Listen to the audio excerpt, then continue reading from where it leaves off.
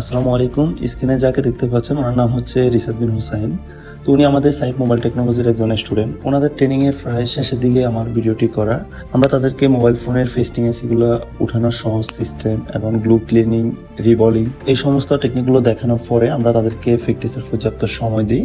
তো তারা প্র্যাকটিস করার পরে আমরা একে একে তাদের হাতের স্কিল পরীক্ষা করতেছি। তো এরই ধারাবাহিকতা আমরা আজকে রিসাদ বিন হুসাইন ভাইয়ের হাতের স্কিল দেখব।